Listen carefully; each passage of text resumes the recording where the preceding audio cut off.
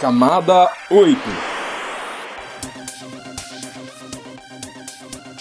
Olá, querido ouvinte, seja bem-vindo a mais um episódio do Camada 8, seu podcast sobre infraestrutura da internet, redes e tecnologia. Eu sou Eduardo Barazal Morales. E eu sou o Lucas Jorge da Silva. E o tema do nosso programa de hoje é sobre boas práticas de conexão aos pontos de troca de tráfego. Esse é mais um episódio do quadro Roteamento de Ideias. Inscreva-se, compartilhe. Procure o Camada 8 na sua plataforma de podcast favorita. Compartilhe esse episódio com o pessoal do trabalho, da faculdade e com seus amigos. Agora você também pode acompanhar o Camada 8 pelo YouTube e YouTube Music. Visite o nosso canal no YouTube, o NickBR Vídeos, navegue até a aba Podcasts e dê o play no episódio que você deseja ouvir. E se você usa o Spotify, você pode ativar o sininho para ser avisado de novos episódios. E vamos aos avisos iniciais. Anote na sua agenda a data da Semana de Infraestrutura da Internet no Brasil. Ela vai acontecer de 9 a 13 de dezembro de 2024 em São Paulo. Nos dias 9 e 10 teremos o GTR-GTS, nos dias 11 e 12 será o X-Fórum e no dia 13 será o Fórum Backup, o fórum que abordará as melhores práticas operacionais e de segurança na internet. Neste evento, haverá a entrega da premiação do Desafio Backup, como reconhecimento para as redes que se destacarem em 2024 na implantação de boas práticas operacionais, como por exemplo o protocolo IPv6, anti-spoofing e DNS. Logo mais teremos a segunda edição da Semana de Capacitação de 2024. E ela será online e vai acontecer de 30 de setembro a 4 de outubro de 2024, às 9 horas, horário de Brasília. Sem mais delongas, vamos para a nossa entrevista. O convidado de hoje é o Douglas Fischer, engenheiro de redes. Então toca a vinheta e vamos para a entrevista. Roteamento de ideias. Então, Douglas, seja bem-vindo aí ao nosso podcast, o Camada 8. A gente fica muito feliz aí de você ter aceitado o nosso convite.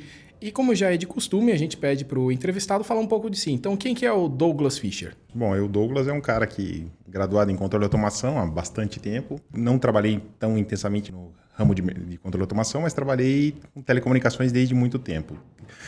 Computadores e as primeiras versões de Linux que eu tive acesso e redes de computadores, e isso foi me definindo enquanto pessoa. E é uma coisa da qual eu tenho orgulho. Gosto muito de fazer isso. O episódio de hoje a gente convidou você porque você vem sempre nos X Fóruns e sempre apresentando ali boas práticas de conexão do X, né? Numa visão de um participante, né? Uma coisa que a gente acaba explicando como o X funciona, mas a gente nunca tem uma visão do outro lado, né? Do outro lado da moeda, de como que funciona. Você, assim, por já ter feito parte de várias empresas que se conectaram no X, como que você enxerga a importância do X para uma instituição que está participando da internet? Bom, eu acho que antes de eu responder exatamente como eu enxergo, eu vou responder como eu enxergava antes de conhecer.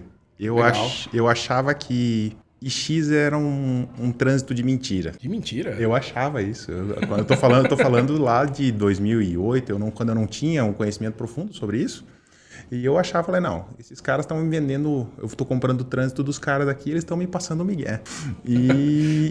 Daí eu fui buscar saber. E depois eu fui entender, fui conhecendo pessoas, conhecendo a realidade. E hoje, a visão que eu tenho, eu percebo como eu estava errado. E assim, a importância do Internet Exchange por um contexto de comunidade local e nacional, no caso do Brasil, é extremo. Assim, você está reduzindo distâncias, reduzindo custo, tendo impacto social, por quê? Porque o custo operacional das empresas reduz, por consequência, elas conseguem ter um preço mais agressivo para entregar a internet para as pessoas. Eu acho que além da conectividade com diversos tipos de conteúdo, é até difícil de explicar, mas tem impacto social, impacto de tecnologia, bem intenso. Não, mas legal que você ter comentado que você achava que era um trânsito de mentira, provavelmente devido a uma má informação, né, que você falou do seu provedor de trânsito que jogava você no X. Mas como que você aprendeu mais sobre o X? Foi assim, você foi atrás disso? Você começou a participar dos eventos do NIC?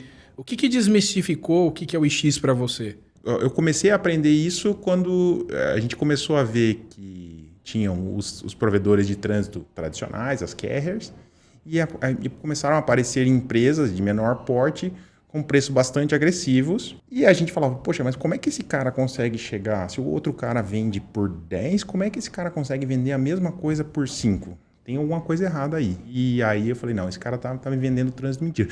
Isso recentemente, a gente consegue, num tempo mais recente, é o tal do IP puro que o pessoal falava. E era uma coisa que é uma visão que eu tinha lá no passado. Hoje eu percebo como eu era ignorante. né? E fui aprendendo isso. E daí falou, pô, se esse cara consegue ter um preço mais baixo, por quê? Eu tô perdendo conectividade? Meu tráfego tá pior ou melhor? E aí a gente vai aprendendo, poxa, a latência está reduzida, eu tenho saltos a menos, eu consigo fazer uma influência melhor de tráfego. Por quê? Porque eu estava na posição de buscar esse tipo de conectividade para a empresa em que eu trabalhava. E me obriguei a aprender. Eu até tenho um pouquinho de saudosismo, assim, mas interagia muito na lista GTR, sei lá, dos anos de 2010, onde o pessoal falava muito sobre eventuais problemas que aconteciam no X e como aquilo impactava. Falei, mas o que é esse tal de X? Deixa eu aprender esse trem aí. Né? Na época a gente chamava de PTT, né? E eu fui aprendendo, mas se esse cara consegue, eu consigo também. Vamos lá fazer, vamos estudar, vamos aprender. E foi assim, foi meio que natural a coisa. Aí você viu a questão do preço, você viu também essa questão da conectividade melhorando, aí você falou assim, não, vale a pena seguir por esse caminho do IX. Com certeza. Aí, conforme o conhecimento veio por uma necessidade, né? Aprendendo isso, aí conforme eu sabia, outras pessoas vinham me perguntar e eu tentava explicar e fui me deparando com problemas que a existência do X traz. Mas ela traz por quê? Por desconhecimento das questões que você tem que manipular os atributos de maneira adequada. Então problemas surgem. Posso citar um exemplo. Uma cidade do interior do Mato Grosso, 2 provedores dentro da mesma cidade, conectados ao mesmo roteador de borda de uma das grandes carriers do Brasil, os 2 provedores, 2 ASNs, ao mesmo roteador de borda, e eles iam para trocar tráfego entre si, ou seja, para um cara para acessar um Windows Terminal Service de um IP que estava no outro negócio, eles iam até o IX em São Paulo e voltavam por conta de um uso inadequado dos recursos. E eu sempre bati nisso. Bom, tem que usar, é bom pra caramba, mas use da maneira adequada, certo? Então é uma coisa a mais para você aprender a lidar. Mas o pacotinho queria dar uma voltinha aqui por São Paulo, passar pela 25 e depois voltar para lá. Deixa, isso aí. Deixa o pacote, se ele quiser fazer isso, tudo bem, mas e a latência do cara? O cara mexendo a tela, o mouse no Terminal Service e ele indo devagarzinho. A gente sabe, né, que você já tem uma boa experiência, né? Desde que você entendeu o que é IX até agora, você já passou por diversas empresas. E qual que é o impacto de uma empresa se conectar no IX? Em questão de tráfego, em questão de custo, realmente vale a pena se conectar? Essa é uma pergunta que responde-se com depende. Assim, virou advogado agora. Exatamente, é verdade. Porque o que acontece? Exatamente como estávamos comentando agora, inevitavelmente vem responsabilidades a mais. Você tem que estar disposto a entender, a aprender e lidar com isso. A gente falou de empresas, né? Mas vamos nichar isso aí, vamos falar especificamente de provedores de internet. Necessariamente, se o cara tem um provedor de internet, é compulsório, fica subentendido que ele deveria ter o entendimento de como funciona o roteamento. Então, teoricamente, ele não tem um custo muito maior para poder ter um profissional que saiba do que está fazendo. Uma empresa que esse não é o core business deles, eu não acredito tanto que isso deva ser importante, a não ser que isso passe a ser significativo no tipo de serviço que eles estão prestando. Por exemplo, um provedor de conteúdo. Eles não são um provedor de internet, mas eles usam a internet para entregar. Então, eles precisam ter bons profissionais para entregar aquilo. Mas o que eu posso dizer é, um cenário pequeno, um cara que não tem fôlego ainda para entregar tudo para cuidar de todas as coisas ao mesmo tempo. Talvez esse ainda não seja o momento de você se preocupar em ter 5 ou 6 conexões com X diferentes e, cara, faz o básico primeiro, vai cuidar das tuas OLTs bem cuidadinho, vai cuidar. A hora que você tiver com a tua casa organizada em relação ao básico, aí você vai olhar para tua parte de conexão externa ao mundo. Então, basicamente, o X ele traz melhoria, só que você também vai ter um ônus nisso, né? Óbvio. Então, seria interessante ele primeiro fazer o simples, o feijão com arroz ali, e depois ele se preocupar em se conectar no X, por exemplo.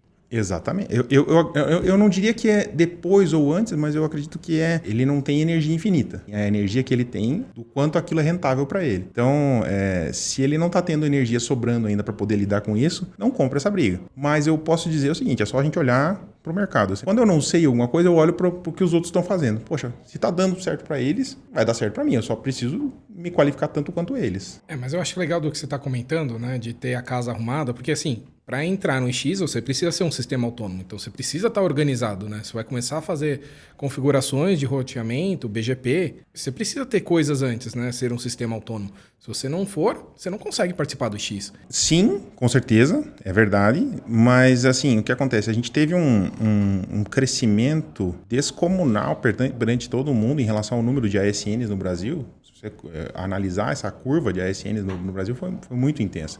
Às vezes eu brinco que para operar um ASN a gente deveria ter alguma coisa equivalente a uma CNH, uma carta de habilitação. Porque as coisas aconteceram, muitas pessoas vendiam o serviço, eu vou tirar o seu ASN, e vendiam isso para pessoas que não tinham talvez a real necessidade, talvez não tinham o conhecimento necessário para isso. Aí você acaba se deparando com coisas que eu me deparei várias vezes com isso. O cara contratava um link com 1/29 IPv4, fazia NAT para tudo. Aí o cara conseguiu o tal do ASN, o tal do /22, e depois de 2 anos ele continuava fazendo um NAT no /22 dele. Coisa, assim, assustadora. Então, essa velocidade com que as coisas aconteceram, talvez deixaram espaço para que essa seleção natural não agisse adequadamente. Mas hoje as coisas estão se alinhando. Eu acho que estão cada vez mais perto de uma coisa adequada, assim. No passado, vimos muitas coisas assustadoras. Acho legal de você ter comentado isso, porque... Realmente, né? Se você é um sistema autônomo, você precisa saber configurar as coisas para estar tudo certo, né? E simplesmente se virar por virar não vale a pena, né? A gente precisa entender o cenário. Até porque quando você se conecta lá no IX, né, você está num lugar que é colaborativo, né?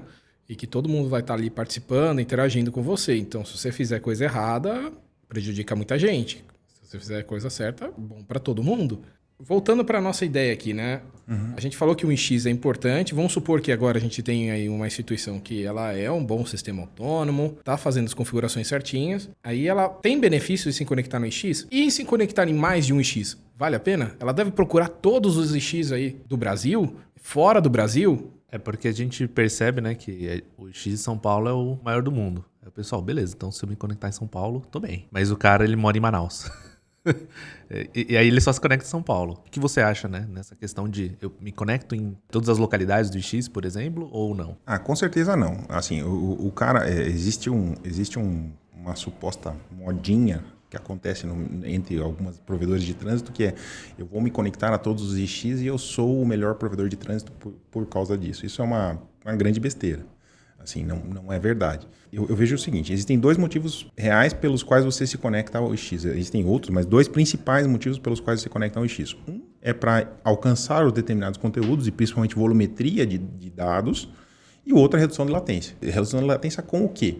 Com o que você quer buscar. Então, se você tem uma universidade na sua região e você quer acessar o conteúdo que está lá dentro, e você está em Manaus ou Mato Grosso do Sul, não é indo a São Paulo que você vai reduzir essa latência. Para isso, você se conecta ao IX regional. Um outro motivo para você se conectar ao IX é justamente para uma redução de custo ou uma melhor manipulação dos atributos do protocolo de roteamento para você alcançar mais adequadamente os conteúdos que a empresa demanda. Conteúdos de redes sociais, os tais da over-the-top, né, OTTs, que são parte significativa da internet hoje. Vocês comentaram também dos peering remotos. Ou seja, o cara está aqui no Brasil e vai para Amsterdã, o cara está no Brasil e vai para Miami. Tem lado positivo nisso? Sim, mas aí você tem mais responsabilidade ainda, mais esforço ainda. Então, o que acontece? Você indo se conectar, por exemplo, a um IX que está lá em Amsterdã ou em Frankfurt, você tem que tomar o cuidado de, por exemplo, não estar, hipoteticamente, trocando tráfego com uma instituição que está aqui no Brasil, uma organização que está aqui no Brasil, através do IX de Frankfurt. Para que você vai fazer isso? Eu tenho um conteúdo que vem significativamente lá de Frankfurt, OVH, alguma coisa do gênero, e fica mais fácil de eu interagir. As minhas rotas são trocadas diretamente com ele. É mais fácil de eu interagir. Isso é uma coisa inteligente. Agora, fazer por fazer é uma baita burrice. Eu acho que é legal de comentar aqui, então, quanto mais IX você conecta, mais fica difícil você trabalhar no roteamento. Então tem que ter mais estudo, mais percepção de como o seu tráfego está indo para cada um desses IX, para realmente não acontecer essa situação que você comentou, né? De o seu pacotinho dar uma volta na Disney e voltar. Exatamente. Sim, com toda certeza. Quanto mais Internet Exchange você se conectar, mais complexidade você vai ter. Na verdade, quanto mais amostras da mesma rota você tiver na tua tabela de roteamento, mais complexo fica o teu critério de seleção. Talvez aqui a gente falou um pouquinho pesado demais para quem está iniciando, mas toda vez que você se conecta a um novo trânsito, você tem um trânsito A e o trânsito B. Você vai ter uma amostra das rotas XXX vindo pelo trânsito A e uma amostra das rotas XXX pelo trânsito B. Ok, por que eu escolho a dessa e a daquela? Só porque o SPF é melhor, eu tenho olho para alguma community. Então, aí vai a maturidade de como o cara consegue entender o BGP e fazer melhor uso dos recursos que ele entrega. Então, tudo bem, né? Então, peguei, fiz todo esse estudo, escolhi o X, a minha localidade ali onde eu vou me conectar. E a gente sabe que para eu participar do X, eu preciso... a forma primária ali é através de um Pix, né? Que aí é o ponto de entrada do X. Porém, tem localidades que tem vários Pix. Como que eu escolho ali? Tem algum critério? Vou pelo preço? Esses Pix, eles têm tecnologias diferentes? Eu vou dar uma retrocedida aqui, que a gente está falando de Pix.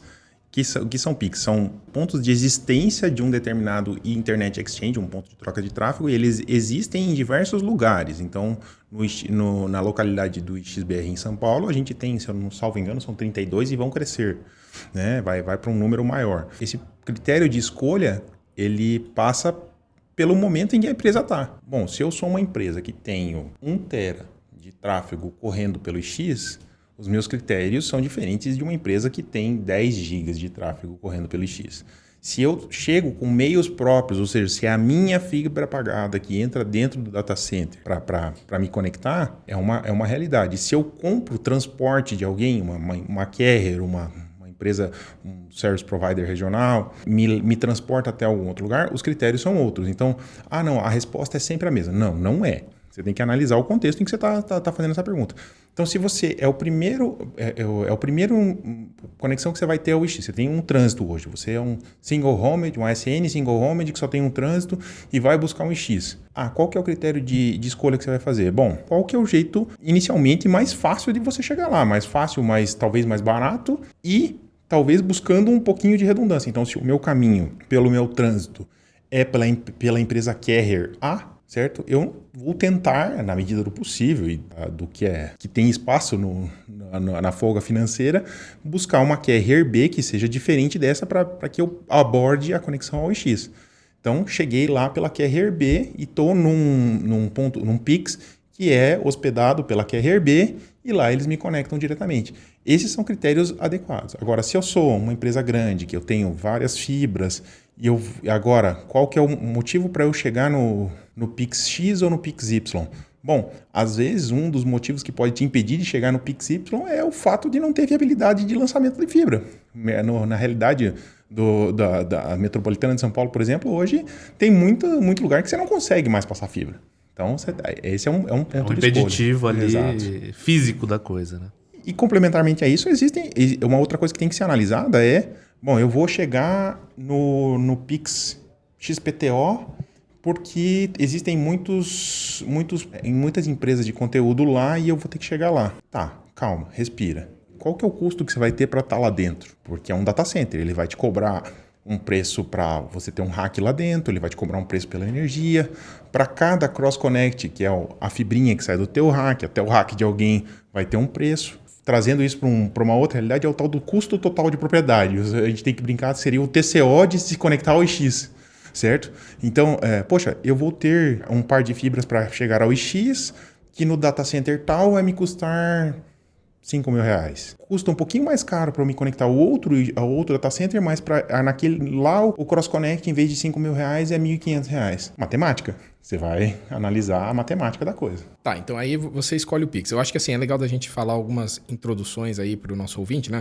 O Pix é um ponto de interconexão, né? Geralmente fica no data center, né? O X ele é como se fosse um grande switch, só que a gente tem ali uma limitação de portas no switch. Então a gente meio que cascateia switches e chama esses switches dentro dos data centers de Pix. Então, você para entrar no projeto do X, você precisa escolher um switch que vai estar dentro ali de um data center que é chamado de Pix. E aí você está falando que é interessante a gente fazer a conta matemática e também pensar em como que eu chego naquele data center. Perfeito. Né? Perfeito. Legal.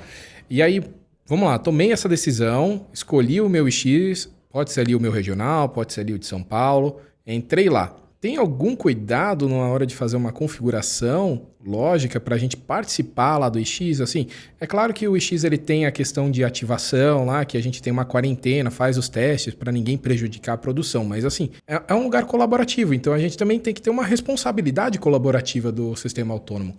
E aí, pergunto para você que foi um participante, né? Não é nenhuma visão do Nick BR. Eu quero saber de você ali como um participante, atuante no IX. Como que você enxerga essa sua responsabilidade nesse ambiente colaborativo na configuração de um BGP, na configuração de rotas, ou então ali de estar trafegando dados? Cara, tem um monte de responsabilidade, não é uma só, são várias, em diversos aspectos. Antes da gente entrar no escopo dos protocolos e dos recursos, é mais ou menos como a gente entrar numa biblioteca onde tem pessoas estudando e você chegar lá gritando, chutando as coisas, comendo pizza e derramando gordura nos livros. Isso não é legal, né? Isso não funciona assim. Então, se você vai entrar em um determinado lugar, você tem que se comportar adequadamente com aquele lugar, certo? Você se comporta diferente numa biblioteca do que você se comporta num clube com piscina, futebol, um clube de um futebol, estádio. num estádio, é diferente, são comportamentos diferentes. Então, esse é um aspecto bastante importante. E aí, agora entrando no aspecto um pouco mais técnico, tem preocupações que são relativas às propagações de rotas do BGP, efetivamente. Só isso talvez levaria 10 horas para a gente esmiuçar, né? Mas vamos tentar fatiar essa coisa aí. Existe a questão da segurança do dispositivo que se conecta àquele ambiente. Coisas do tipo estar com a access list ou limitação de restrição de origem para conectar o seu roteador. Por que a gente fala disso quando está no IX? Porque o cara, às vezes, ele tem um ASN, ele tem um provedor de trânsito que entrega para ele, e aquele provedor de trânsito, por já ter um pouco mais de experiência, ele abstrai essas responsabilidades para esse ASN secundário que está lá embaixo dele. Ele faz as access list, as políticas de filtragem antes. E aquele ASN que está single homed lá embaixo, ele não tem que se preocupar com isso nesse momento. No momento em que ele se conecta ao IX, não tem mais um tutor para cuidar dele. Ele que tem a responsabilidade agora de fazer essa filtragem. Exatamente. Como se fosse um XPy, né? Quer dizer, um sistema autônomo pai que estava te protegendo, tudo, aí você saiu do ninho e agora você está dentro do IX. Se vira aí, meu caro. Então, deixar a porta SSH aberta para o mundo, deixar coisa SNMP, ou como que o seu roteador se comporta. Existe, por exemplo, uma preocupação, uma das coisas, as primeiras coisas com as quais eu me manifestei na comunidade do X, que é a questão do barulho que o ARP faz, que é um protocolo de descoberta entre a camada 2 e a camada 3. Então, se você configurar inadequadamente o seu equipamento, você vai estar bem, mas todo mundo vai estar ouvindo aquele cara gritar. Então, esse é um comportamento inadequado. Então, você tem que configurar. Então, você tem que preocupar-se com a segurança do seu equipamento, preocupar-se com como ele interage com os demais equipamentos. Depois disso, vem o BGP. Não vai vazar rota para todo mundo. Porque se você vazar a rota para todo mundo, as pessoas vão jogar tráfego para cima de você que você não quer. Gratuito ali através do X. Exatamente. Tá, então, mas vamos falar de algumas coisas mais específicas, né, pra gente poder aqui trazer umas informações aí pro ouvinte. Esse do ARP aí. Certo. Explica pra gente o que é. Qual foi o problema no IX aí do ARP? Tá, inevitavelmente a gente vai ter que falar citar um vendor específico, na verdade mais de um. Eu vou contar como eu cheguei nesse problema. Eu trabalhei no integrador Cisco, minhas primeiras interações com rede foi no CCNA, aprendi isso, então eu era aquele garoto de laboratório, criado no Cisco e tal. No Packet Tracer. Tudo bonitinho. E aí eu caí no mundão, como a gente mesmo falou, né? Empurrou pro ninho e fui pro tal do X. Eu comecei a olhar o ASN que eu mesmo operava e que prestava serviço para os demais. Comecei a observar que o consumo de CPU dos meus equipamentos, que eram todos Cisco particularmente, estavam com uma CPU extremamente alta. Eu falei, mas caramba, o que está acontecendo? É o protocolo BGP, porque é muita rota. Não é protocolo BGP. Aí começa a fazer a análise, né, o troubleshooting, e eu via que a CPU estava alta por conta do processo do ARP. Por que está alto? E aí a gente foi descobrir. Tem uma coisa assim que é o Wireshark é o caminho, a verdade e a vida. Né? Então, eu falo, se eu tô com um problema, vamos pro Wireshark. Você vai lá, espelha uma porta, coleta e começa a analisar. Eu comecei a analisar a quantidade de pacote ARP tinha nessa rede era descomunal. Eu não vou saber agora de cabeça, mas era uma coisa muito grande. E o que acontece? O pacote ARP, do jeito que ele foi desenhado há, 40 anos atrás, ele necessariamente tem que subir do South Bridge, lá da NIC, e ser processado lá na CPU. Isso consome muito recurso. Eu falei, mas quem que está fazendo tanto barulho do ARP? Quem que está perguntando tanto? Aí eu fui descobrir o que era o microchip, porque eu nunca tinha interagido com o microchip até aquele momento. né? E aí eu fui descobrir, mas esses caras, por que esse cara pergunta a mesma coisa a cada 30 segundos? Eles são burros? O que tá acontecendo? É tipo né? o burrinho do Shrek, né? Já Chegou. Exatamente. Eu também falei. E daí eu fui tentar entender. Eu não sabia, eu realmente não tinha acessado o MikroTik até esse momento. Aí fui aprender, conversar com amigos e tal. E daí eu fui entender. Tem uma história, tem um contexto do porquê o MikroTik tem esse ARP por default configurado em 30 segundos. A história da empresa MikroTik é porque esses caras criaram esse ambiente para ambiente de hotspot. Então, uma das formas de você descobrir que o cliente está lá é você ficar perguntando a cada 30 segundos se ele está lá. Mas num ambiente de roteamento, você não precisa fazer isso. Mas a configuração default do equipamento fica em 30 segundos. Então, ele fica perguntando. Você bota uma sala com 1000 pessoas dentro dela. E a cada 30 segundos... E a cada 30 segundos, cada um fica perguntando o nome do outro. Isso fica uma coisa quase que inaceitável. E foi assim que eu, não vou dizer que foram minhas primeiras interações, mas foi quando eu realmente comecei a interagir efetivamente com a comunidade. Eu não me lembro que ano foi isso. Depois disso tem o tal do bug da Lota Presa, né? O MikroTik também trouxe essas felicidades para a gente. E aí eu fui aprendendo. Falei, vou ter que aprender esse negócio aqui porque, por mais que o problema não seja meu, eu acho que esse é o principal aprendizado que eu trouxe. Por mais que não seja eu que esteja causando o problema... Eu vou ser afetado. Eu estou sendo afetado. Então, eu vou ter que me esforçar para tentar entender, para tentar ajudar esses coleguinhas, porque se eles funcionando bem, eu funciono bem. Então, vamos estudar esse negócio. Aí eu fui aprender isso. E aí, esse é um caso, por exemplo. E a gente está falando aqui do ARP, mas existe o equivalente no IPv6, que é o Neighbor Discovery, que também tem certo impacto. Existem outras configurações, tantas protocolos que usam multicast para fazer anúncio de existência, como Cisco Discovery Protocol, MikroTik Discovery Protocol e outros tantos, LLDP. E aí a gente começa a ver alguns absurdos acontecendo na rede. Acho que um que mais me deixou assustado assim, foi quando eu vi protocolos de multicast de OSPF correndo dentro do domínio de broadcast do IX. Pô, é demais, né? Tá, mas peraí, deixa eu ver se eu entendi aqui, né? Essa da questão do ARP aí, porque você citou um monte de outros protocolos aqui, o nosso ouvinte pode ter ficado perdido. E aí você falou do ARP, ele mandar essa mensagem de 30 em 30 segundos. O problema é a periodicidade, não é ele mandar essa mensagem. Ele tem que saber com quem tá falando, né? Claro. Ele não é para ele desligar o ARP lá, né? Não. E nem é do IPv6, do Neighbor Discovery. É questão de periodicidade. Exatamente. Que é diferente do que você tava falando do Cisco Discovery Protocol, o MikroTik Discovery Protocol. Porque esses daí são mais proprietários, é para eles conversarem entre si. Só que lá é um ambiente que tem multivendor, né?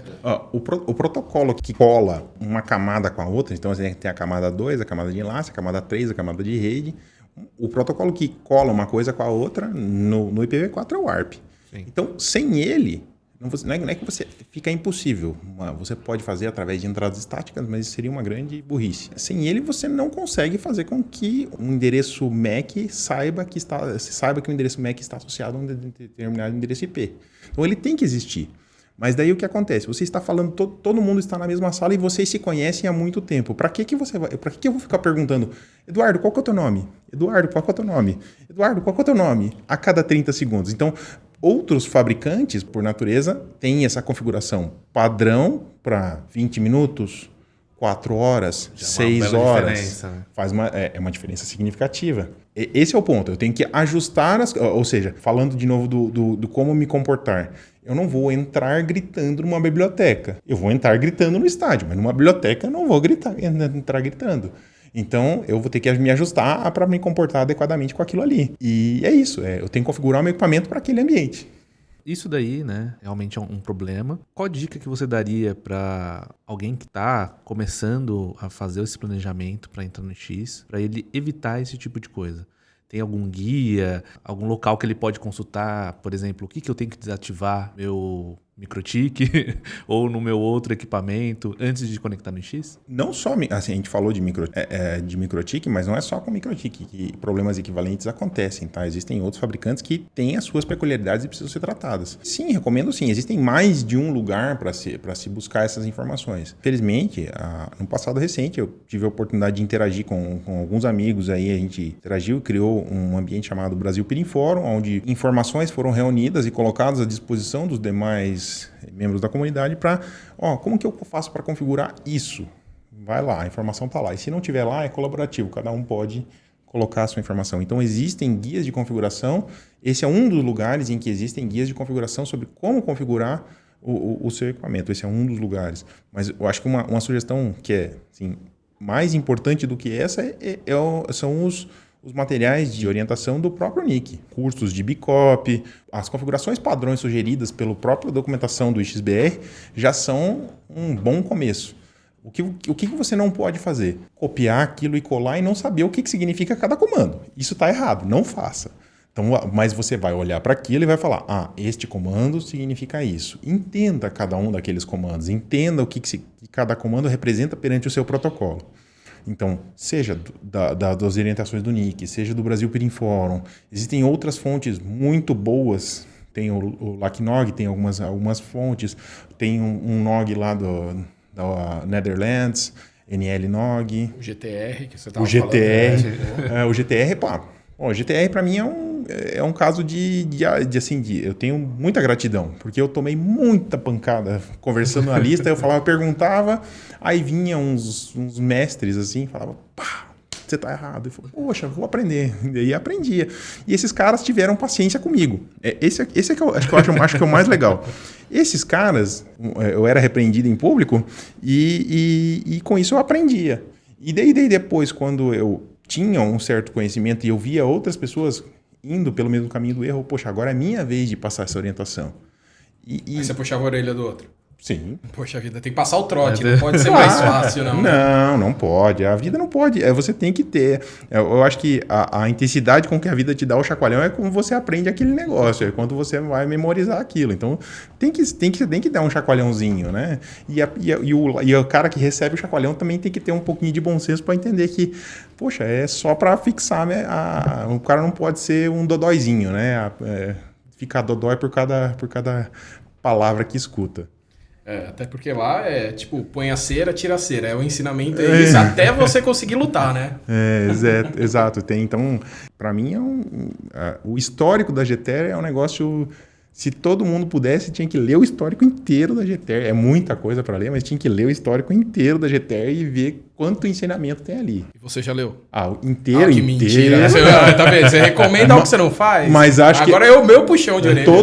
Eu posso dizer assim, eu já passei o olho em todos os e-mails desde 2004 para cá. Isso eu posso dizer, porque todos eles eu recebi. Mas é legal você ter comentado aí do que é bom para você entrar, né, no X, e o que você deve fazer para não prejudicar. Mas e com questão a manutenção? Né? Você já está lá trocando o tráfego, já fez aquelas configurações, você pode pegar e largar, ou então aquele ambiente colaborativo te exige que você continue com algumas práticas de manutenção? Com certeza te exige que você fique atento. É como dirigir. É como você estar dirigindo numa avenida cheia de carros. Não é porque eu não vou travar o volante numa direção, engatar a segunda marcha e deixar rodando. Não é assim que funciona. Tem que estar prestando atenção no que acontece. Porque a rede é um ser vivo.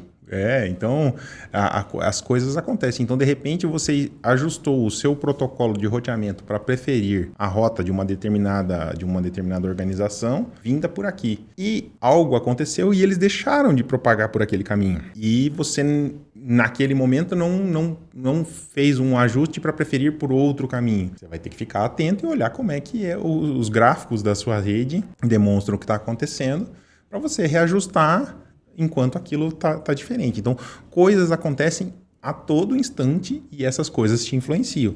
Umas mais, outras menos. Umas vão exigir que você intervenha, outras não. Então, mas você tem que estar a todo tempo olhando para aquilo. Eu diria que é como tomar banho, né? Você não toma banho uma vez no ano, você toma banho todo dia. Você tá ali tendo que manter aquilo funcionando. Então, é isso. Você poderia citar algum problema que pode acontecer? Por exemplo, eu me conectei, fiz a minha lição de casa, está tudo funcionando. O que acontece no X que pode me afetar se eu não ficar prestando atenção lá? Bom, vamos lá. Existem vários aspectos que podem ser citados, mas uma hipótese, tá?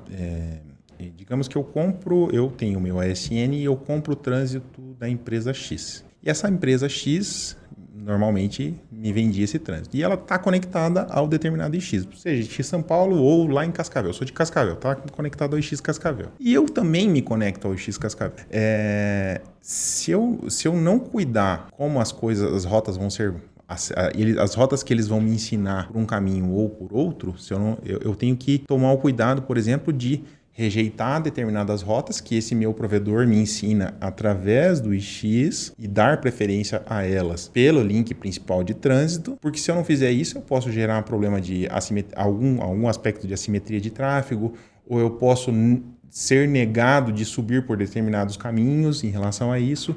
Então, por exemplo, e um outro exemplo, ok, eu fiz isso neste momento, eu passei a rejeitar os prefixos que o meu upstream chegam a mim através do X, e amanhã eu cancelei o contrato com esse cara e contratei uma outra empresa. O que eu vou ter que fazer? Eu vou ter que ajustar os meus filtros para deixar de rejeitar aqueles prefixos que eu estava rejeitando antes. Senão eu não vou conversar com ele através do X. Senão eu não vou conversar com ele através do X. De novo, é como tomar banho. Tem que ficar todo dia atento ao que você está fazendo. E aí, então, faz a mesma coisa para o outro provedor de trânsito e ajusta para aquele anterior. Tem que ficar atento a todo instante. Esse é um pequeno exemplo, existem tantos outros, mas essa é uma coisa que influencia bastante. Muito interessante esse caso, tá, Douglas? Mas acho que também dá para a gente pensar também na quesito de segurança também, né? Porque alguém pode fazer algum erro de configuração, mexer na sua rota, influenciar a sua rota, a sua rota. Não pode? Pode, né? É assim, existe uma premissa que é, para você fazer uma configuração de rede, em roteamento de maneira geral, que é, você tem que presumir que o outro cara vai errar. Você não pode confiar que o outro cara está acertando. Você tem que presumir que ele está errado. Então, as suas configurações de filtros de prefixo, então quando você vai receber as suas rotas que são ensinadas para você através do route server do IX ou através de uma sessão bilateral, você não pode ir lá dar um aceita tudo e está tudo bem. Não é assim que funciona. Você tem que presumir, por exemplo, que esse cara vai pegar o teu prefixo aprendido por um outro lugar e anunciar para você mesmo e filtrar e fazer que a gente chama de trocar o ASPF, né? Fazer um fake AS ou trocar e ensinar para você. Se você não fizer a filtragem adequada, você vai aprender seus próprios prefixos por um outro caminho e você vai derrubar sua rede. Então, isso é uma segurança no escopo do roteamento. Você tem que fazer esse tipo de tratativa.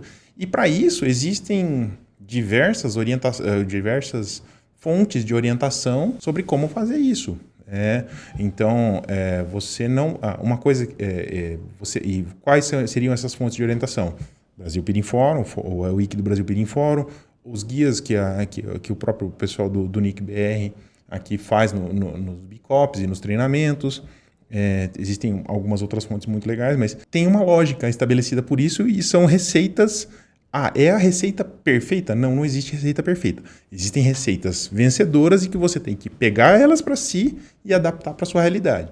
Eu vou rejeitar boggles. O que são boggles?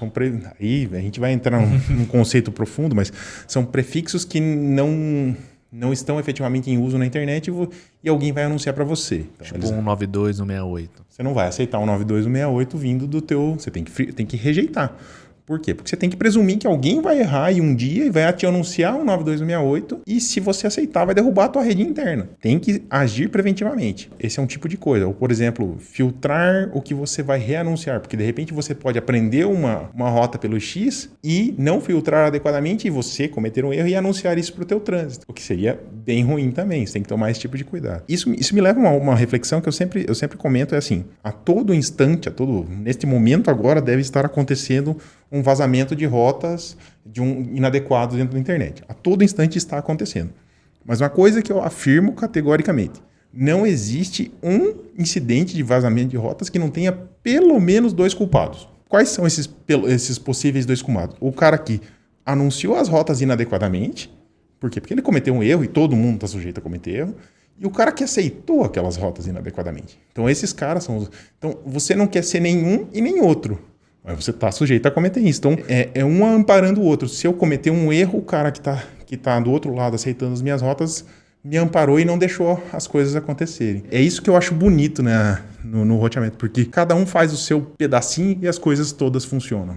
Já que a gente está nesse assunto, né, de o que eu tenho que fazer ali dentro do IX, uma coisa que a gente sempre fala nos nossos cursos é sobre as communities. E a gente percebe, né, do nosso público que poucas pessoas sabem o que são communities, né? Uhum.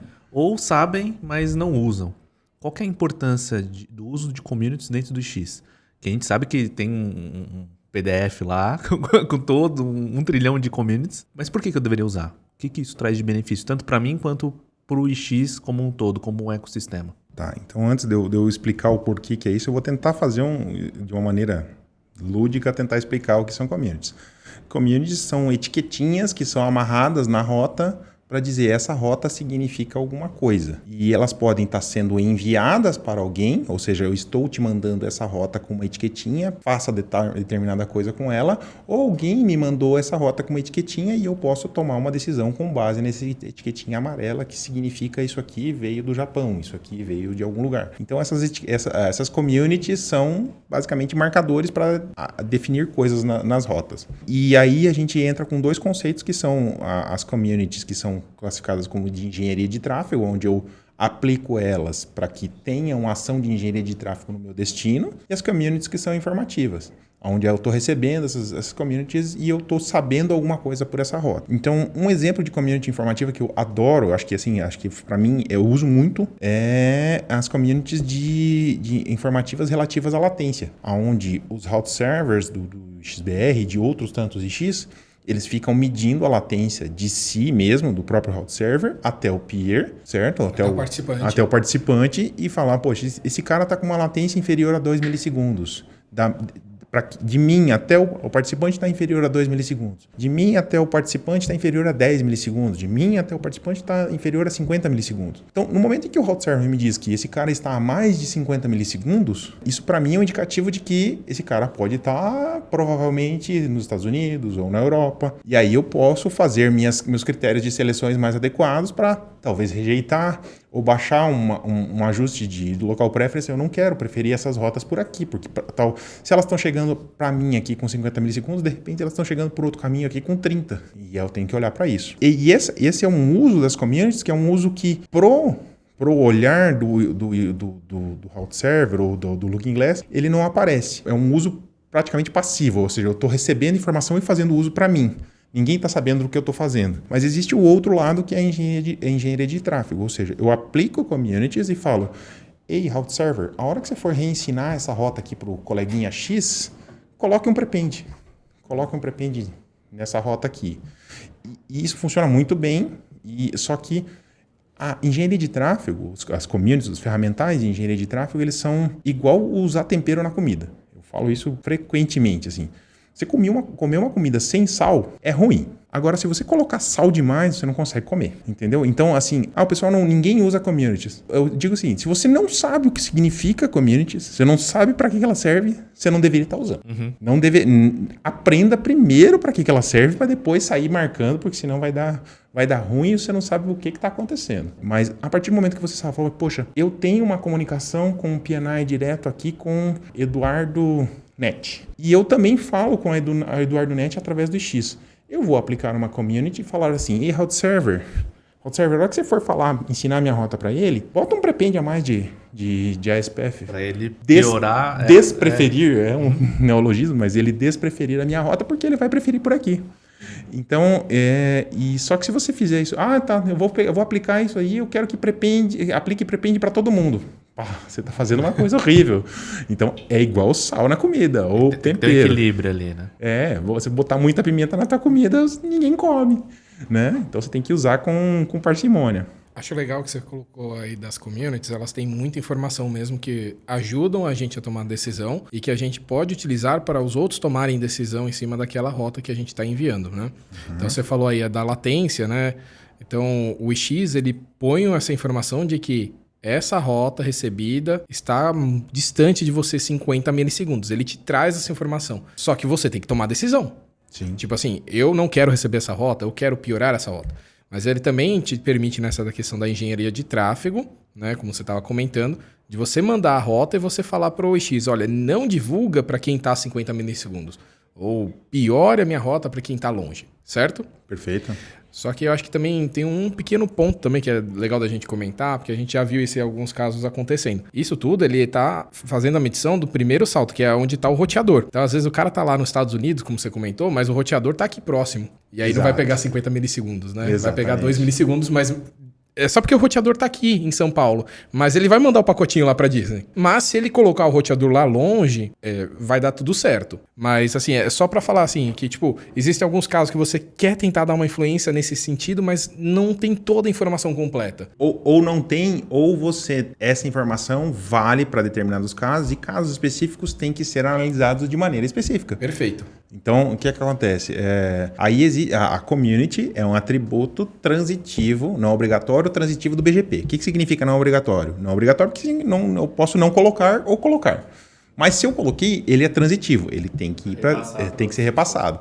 Então, o que acontece? Às vezes eu estou no meu ASN aqui, eu sou um downstream, sei lá, da Batatinha SA, e eu aplico uma community dizendo, essa minha rota aqui, eu estou originando ela na cidade de Cascavel. E eu mando para Batatinha SA, eu estou me afastando do microfone, perdão.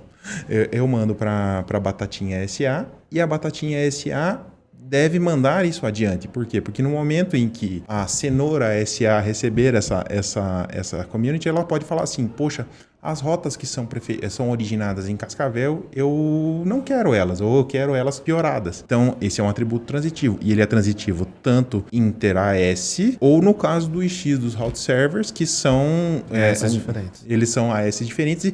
E o route server, o ASPF, ele não figura no ASPF. Ele é transparente. Transparente ali, né? no ambiente. Então, ele é transitivo. Então, às vezes, você pode marcar uma community sua para que um outro cara saiba o que aquilo significa para você, tome uma decisão por isso. Isso é muito, muito, muito recomendável. Você fazer isso, lógico, da maneira correta. Não sair fazendo as coisas na louca, porque senão vai todo mundo encher de community a tabela BGP e aí vai ficar pesada demais para ser manipulada. Ou seja, muito sal. Exato. Muito sal na comida.